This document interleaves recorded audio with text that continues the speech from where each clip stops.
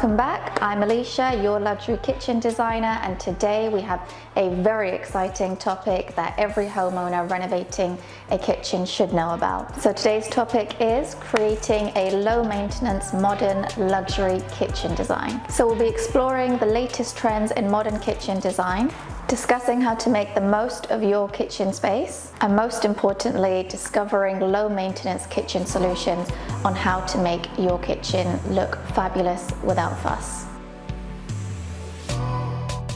All right, so let's start with one of my favorite areas of the kitchen, and that is the kitchen appliances.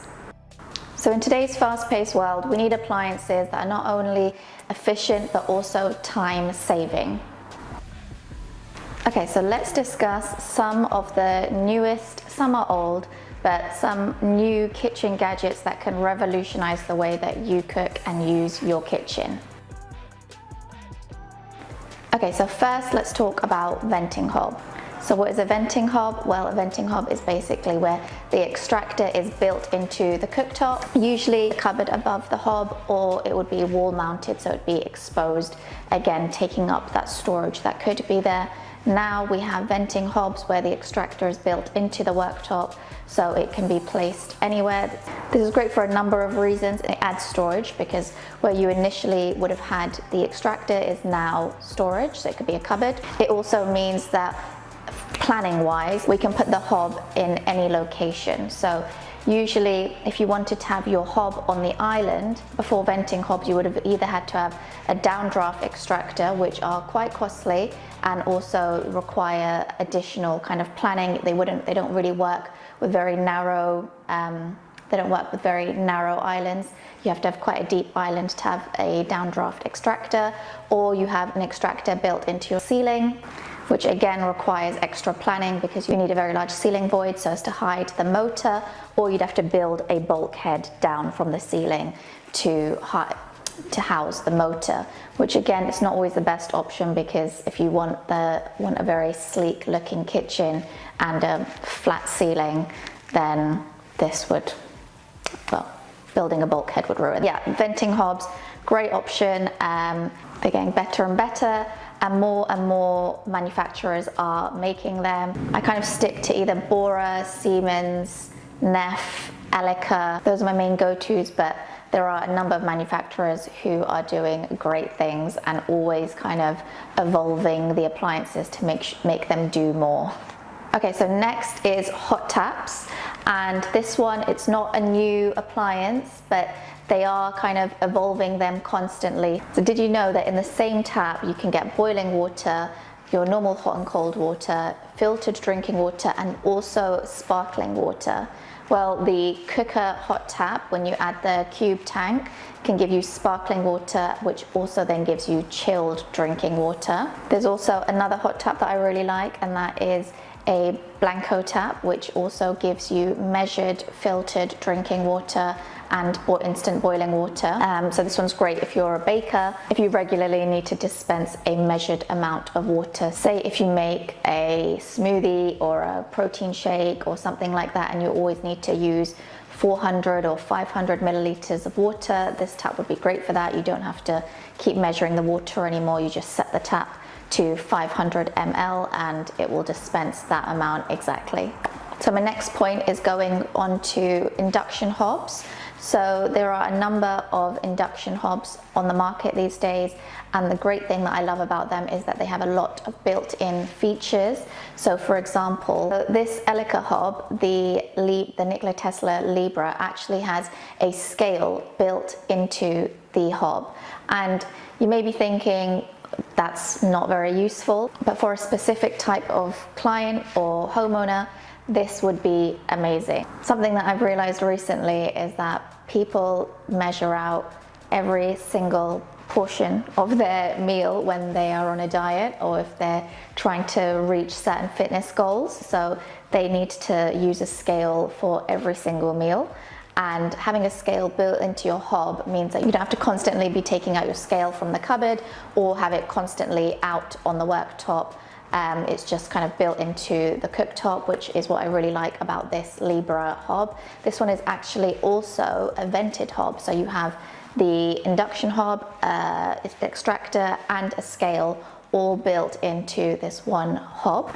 And then of course with most induction hobs they have things like a pause function, a child lock, a timer, an automatic, because the extractor is built in, you can set it so the extractor turns on automatically. So if you start cooking, the hob will kind of detect the amount of steam and grease in the air and it will turn itself on, because if you're like me and you always forget to turn the extractor on while you're cooking, this automatic feature is a game changer. Okay, so this next one I love because it takes your microwave off of your worktop.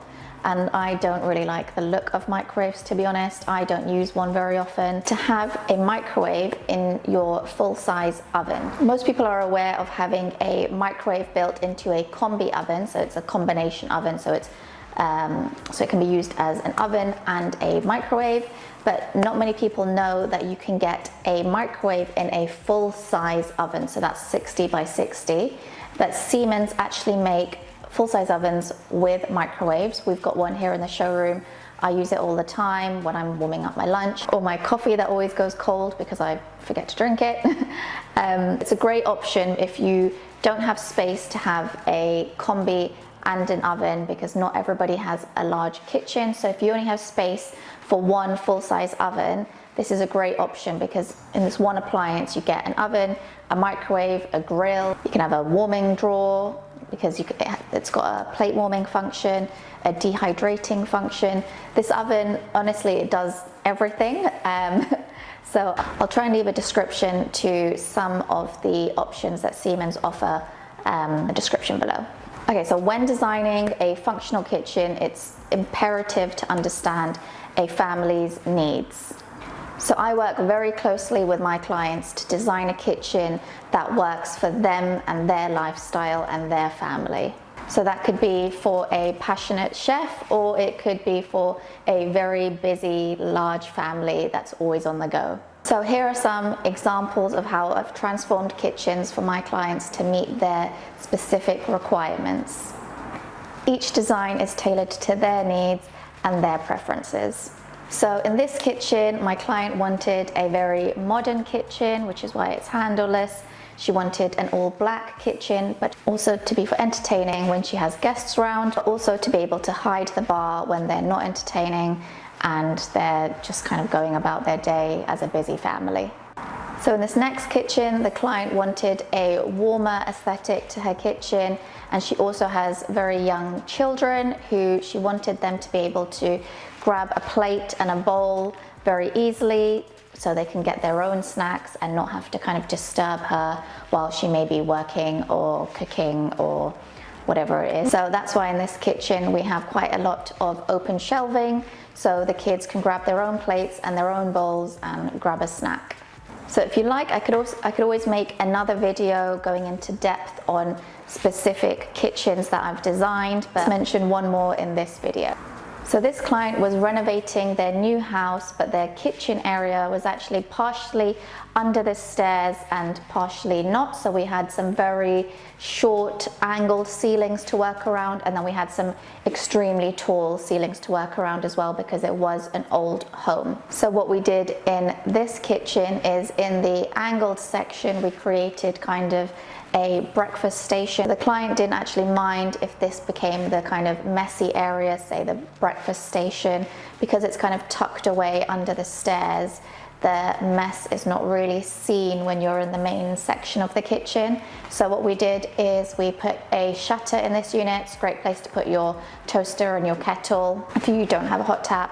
And then also we built the cabinetry to kind of fit within the angled niche of this area of the kitchen.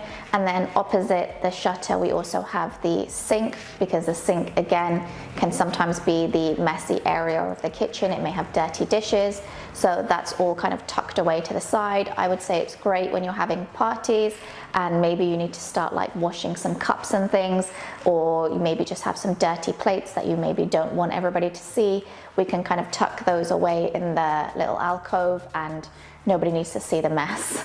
And then for the extremely tall ceilings that we had in this kitchen, we added additional units on top, what we call top boxes, just to kind of add extra storage. You do need a ladder to get to these, but who doesn't need more storage? You can always find more things to store in your cupboards. Another thing that I really like about this kitchen is the little bar area that we created to kind of match the kitchen but be separate to the kitchen, because it's in its own standalone unit that's close to the dining table. So while you're having a meal, if you want to quickly grab a drink, you can do so. And we've also extended the same worktop, the same quartz stone worktop into the bar area as well. So if you have any spillages or anything, it's very easy to just wipe away, and it just makes the bar look a lot more luxurious. Thank you for watching part 1 of this video. I hope you got some really helpful tips on how to create a modern, low maintenance yet functional kitchen, and there'll be lots more tips in part 2, so I definitely suggest to watch that one next.